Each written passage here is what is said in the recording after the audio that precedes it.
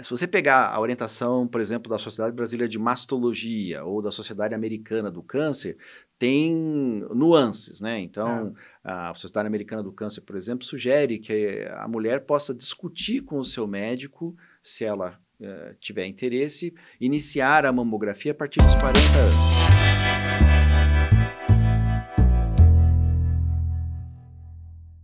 Olá, pessoal, sejam bem-vindos a mais um Mandicast. O Mandicast de hoje de novo aqui numa parceria Jovem Pan Campinas e São Leopoldo Mandic. Hoje eu estou aqui com o Dr. Paulo Pizão, que é médico, doutor em oncologia, neste mês agora, que é o mês de outubro, comemorando ou lembrando do Outubro Rosa, que é o mês de conscientização do câncer de mama.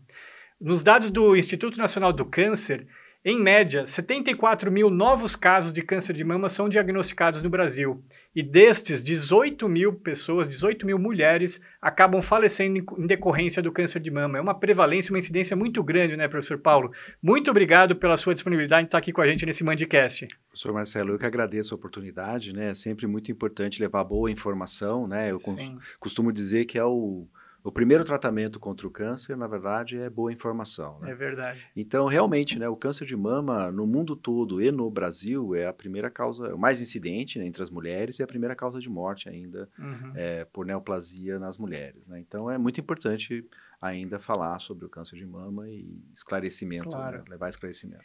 E aí, aproveitando, quais são os principais fatores de risco para o desenvolvimento de um câncer de mama? Ótima pergunta. Olha, a gente divide, né, na verdade, os fatores de risco naqueles que têm a ver com o estilo de vida da mulher, né? Então, por exemplo, o consumo de álcool aumenta o risco de câncer de mama. Alguns estudos, a evidência ela é um pouco contraditória, mas também atribuem ao cigarro, ao tabagismo, né, um aumento de risco. Né? A obesidade e o sedentarismo aumentam o risco de câncer de mama.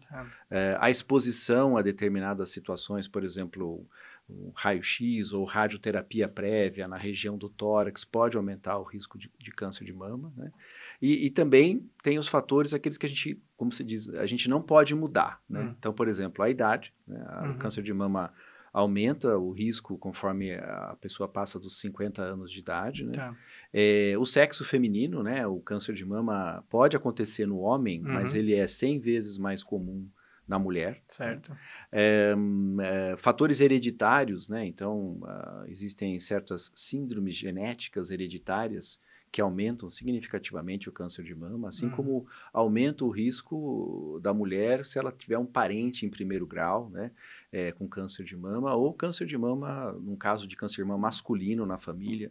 Então, são fatores tanto ambientais, né? Que esses a gente pode controlar, isso é importante a gente lembrar, né? Então, a pessoa pode sim, né, consciente dessa informação, alterar o seu risco de câncer de mama se ela adotar bons hábitos, né? E, obviamente, tem aquelas coisas que a gente, infelizmente, não pode controlar. Como a genética, por exemplo. Exato. E aí você disse, com relação à idade, quanto mais avançada vai tendo a idade, a prevalência, a incidência é maior. Isso tem alguma coisa a ver com o fator hormonal? Isso, né? Então, a questão da exposição da mulher ao hormônio, né? Os hormônios endógenos que a gente fala, né? Tem uma relação muito grande. Então, por exemplo, quando você começa a menstruar muito cedo, né? Então, a primeira menstruação numa idade mais jovem e uma menopausa tardia, isso aumenta a janela com que a mulher e o tecido mamário estão expostos a essa, vamos chamar de janela hormonal. Então, são fatores que aumentam o risco do câncer de mama, né? Assim como não ter filho também aumenta o risco de câncer de mama. Alguns estudos, principalmente estudos em que usavam uma dose maior de contraceptivo oral, né? Não é o caso hoje, mas a maioria dos estudos mostra um pequeno aumento também no risco de câncer de mama na mulher que usa a pílula, o contraceptivo oral, né? Mas como eu ressaltei, isso a maioria dos dados vem de uma época em que se usavam concentrações muito maiores de hormônio do que hoje se faz. Hoje é muito mais seguro Hoje é muito mais seguro nesse aspecto. De qualquer maneira, né, eu acho que é muito importante ressaltar, em relação, por exemplo, ao contraceptivo ou a qualquer medicação, tem a questão da reposição hormonal também na mulher após a menopausa, né, que a gente sabe que também, dependendo do tempo de exposição, do tempo que a mulher usa a suplementação hormonal, pode aumentar o risco de câncer de mama, de câncer de ovário. Então, tudo isso é muito saudável lembrar, né? É importante que a mulher converse com o médico, né? Com o seu médico. Na hora que ela vai discutir as opções de contracepção, na hora que ela vai discutir se deve ou não utilizar a reposição hormonal, a suplementação hormonal depois da menopausa. É muito importante que esse médico conheça o organismo, conheça o histórico da família, da paciente, de outras comorbidades, né? E aí ele pode fazer uma discussão equilibrada e ele e a paciente vão tomar uma decisão juntos e compartilhada. Né? Legal. E quais seriam os sinais e sintomas de uma mulher que apresenta um câncer de mama? Olha, assim, o sinal mais comum, né, relatado pela maioria das mulheres é a percepção de um caroço, um nódulo, né? Normalmente duro, então tem uma consistência endurecida. Muitas vezes ele já está fixo, né? Então a mulher percebe que ela não consegue mais mobilizar esse nódulo, né? E normalmente ele é indolor, né? Então um nódulo duro, um caroço duro, fixo, indolor, é normalmente o sinal mais frequentemente relatado pelas pacientes. Tá? Também a gente fala de alterações na pele, né? Então pode haver um repuxamento, né? Um pinçamento na pele, a pele pode ficar retraída, então, a pele pode se apresentar avermelhada, a pele pode se apresentar com um aspecto que lembra o da casca de laranja, né? Com aqueles furinhos, etc. Então, também em relação ao mamilo, né?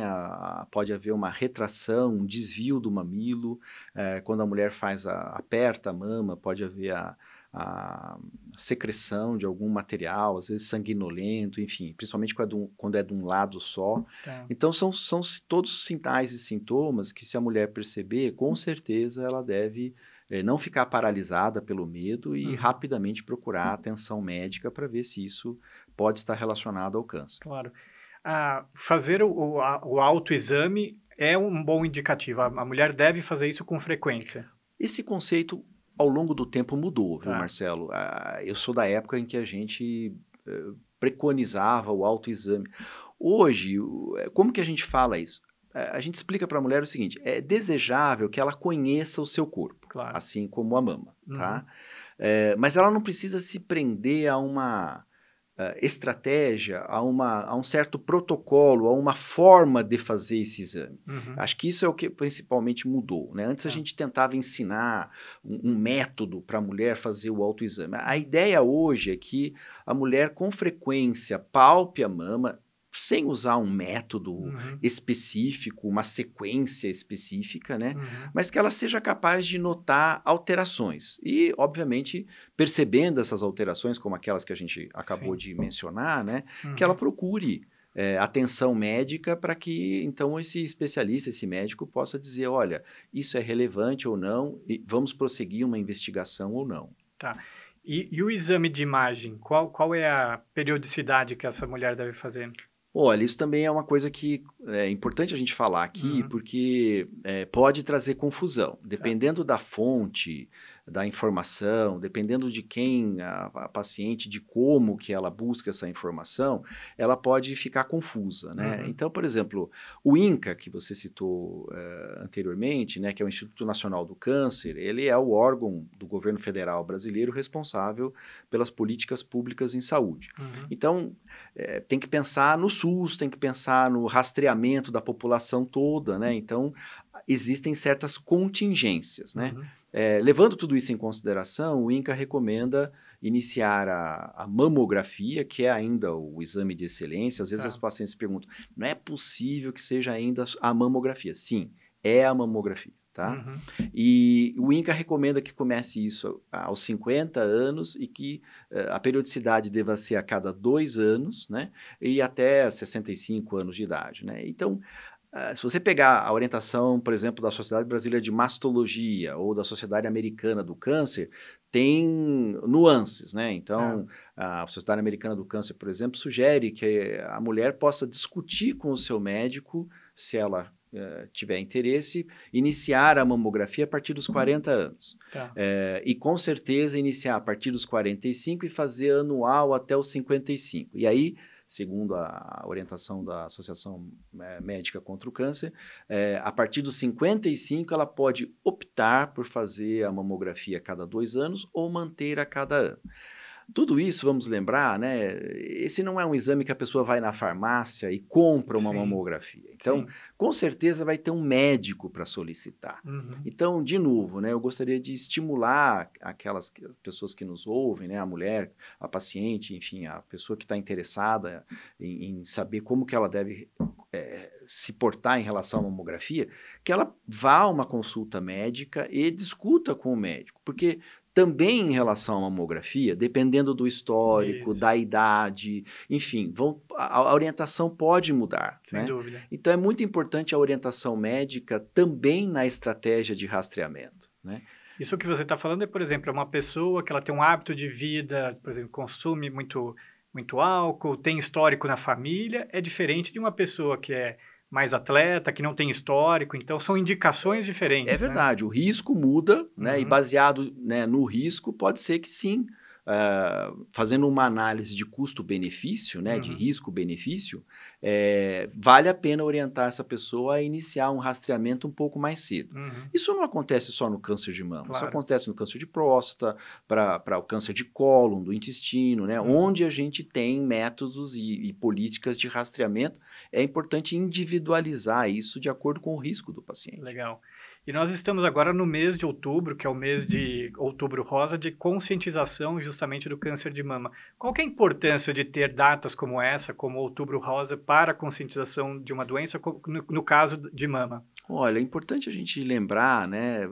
Porque às vezes eu já ouvi comentários de pessoas próximas de mim dizendo o seguinte: de novo, né? Esse assunto não está saturado, precisa ainda, né? Então eu acho muito oportuno esse programa, muito oportuna essa oportunidade, porque ainda há muita desinformação e desconhecimento, tá? Eu vejo, assim, por exemplo, mitos, né? Se eu fizer o autoexame todo mês, então eu não preciso da mamografia. Não, na verdade, isso não está correto, né? E por outro lado, também eu vejo que a pessoa que passa, por exemplo, pela experiência, o diagnóstico, o tratamento do câncer de mama, ela precisa de uma rede de atenção e uma rede de cuidado, né? Se você pensar que hoje é muito mais comum, né, que pessoas não constituam famílias, né, que as pessoas morem sozinhas, que as pessoas não tenham filhos, né, não tenham a família próxima, etc. Passar por essa doença, ir a fazer um exame e fazer uma biópsia sozinha, né? Então, quando a gente aproveita esse Outubro Rosa para falar de tudo isso, o que eu espero também, além de falar sobre a idade que deve começar a mamografia, sobre os fatores de risco, o que eu espero também é que a sociedade, né, se mobilize no sentido de apoiar essas pessoas, né, no sentido de dar, né, condições, assim, talvez até um voluntariado mesmo, né? Olha, um vizinho, um amigo, uma pessoa próxima, mas que não é seu familiar, talvez esteja precisando do seu apoio, né? E o apoio pode ser realmente, olha, vou com você, vou te levar no exame, vou te levar na sessão de tratamento, seja ela quimioterapia, radioterapia. Então, tudo isso vem a partir dessa mobilização, né? Eu acho muito importante falar sobre isso, sobre tudo isso, durante esse mês, porque ainda há muito desconhecimento. Sem dúvida. E acho que é importante também te passar a mensagem que, assim, um diagnóstico de câncer, no caso a gente está falando de mama, não é uma sentença de morte, né? Não, isso mudou muito, né? E o diagnóstico precoce, né? Então, é muito importante, porque mesmo o câncer de mama diagnosticado nos chamados estágios iniciais, nas fases iniciais da doença, a chance de cura é de aproximadamente 95%. Então, a gente cura muito câncer de mama hoje, né? Essa é outra ideia que às vezes as pessoas podem manter ainda errada, né? De que o câncer de mama está sempre associado a um mau prognóstico, né? Eu costumo dizer para as pessoas, né? Lembrar, né? O medo faz parte da vida, né? A gente tem medo a vida inteira. Quando você é criança, você tem medo do quarto escuro, e quando adulto, a gente tem, por exemplo, medos em relação a ter uma doença como câncer, etc. O que nós não podemos deixar é o medo paralisar a gente, né? E no caso do câncer, eu acho que uma afirmação informação que é verdade universal é que quanto mais cedo a gente procurar atenção médica, seja para o diagnóstico, seja para iniciar um tratamento, né, maior a nossa chance de ficar curado e de vencer o câncer. Sem dúvida.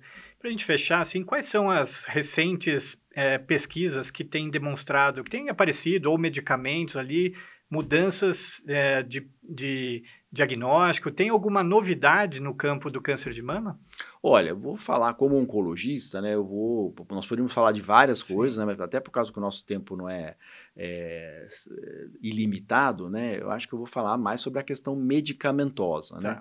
Então, assim, são muitas as novidades em relação ao câncer de mama, isso graças à evolução do nosso conhecimento no nível molecular. Então, a primeira coisa que contribuiu para toda essa evolução do tratamento é o conhecimento no nível molecular de que o câncer de mama não é uma doença só. Uhum. E isso permite que a gente faça o que a gente chama hoje de oncologia de precisão. Ou seja, nós vamos escolher direcionar o tratamento de acordo com essa doença do subtipo do câncer de mama que a mulher tem. Tá?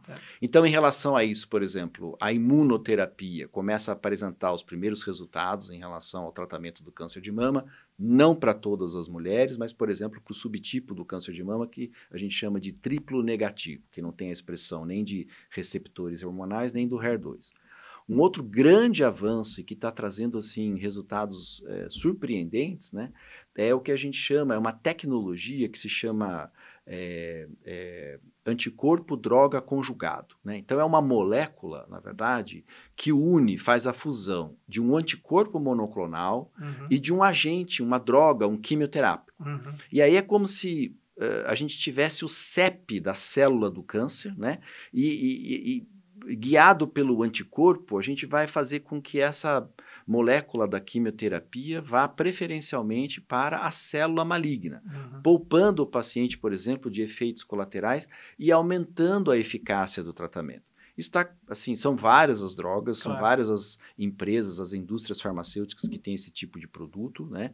E isso, especialmente no câncer de mama, está trazendo resultados até em pacientes, por exemplo, que já tinham feito 5, 6 linhas de tratamento e para quais a gente talvez tivesse que dizer, olha, não tenho mais o que oferecer, né? E aí, obviamente, de novo, quanto mais cedo o diagnóstico, né, quanto mais precoce a gente pode iniciar o tratamento, mais favoráveis todos esses tratamentos vão ter desfechos, né? Legal. Então é a medicina personalizada, então. Isso, é a chamada medicina de precisão ou oncologia de precisão também. Que maravilha. Isso tudo é fruto da ciência, da pesquisa que vem evoluindo ano após ano. O professor Paulo Pizão, médico oncologista, está aqui hoje a convite aqui do Mandicast, falando sobre os Outubro Rosa, falando sobre aí os avanços no diagnóstico, na prevenção do câncer de mama. Professor Paulo, muito obrigado aqui pela sua presença. Mais uma vez, Marcelo, muito obrigado, parabéns pela iniciativa, muito importante a gente levar boa informação e obrigado pela oportunidade. É isso aí, se você gostou do Mandicast, não esqueça de deixar o nosso like ali, se inscreva no canal do YouTube ou também ali nas plataformas de áudio como Spotify, para que você receba os novos vídeos ou áudios para você nos acompanhar. Um abraço. Foi? Obrigado.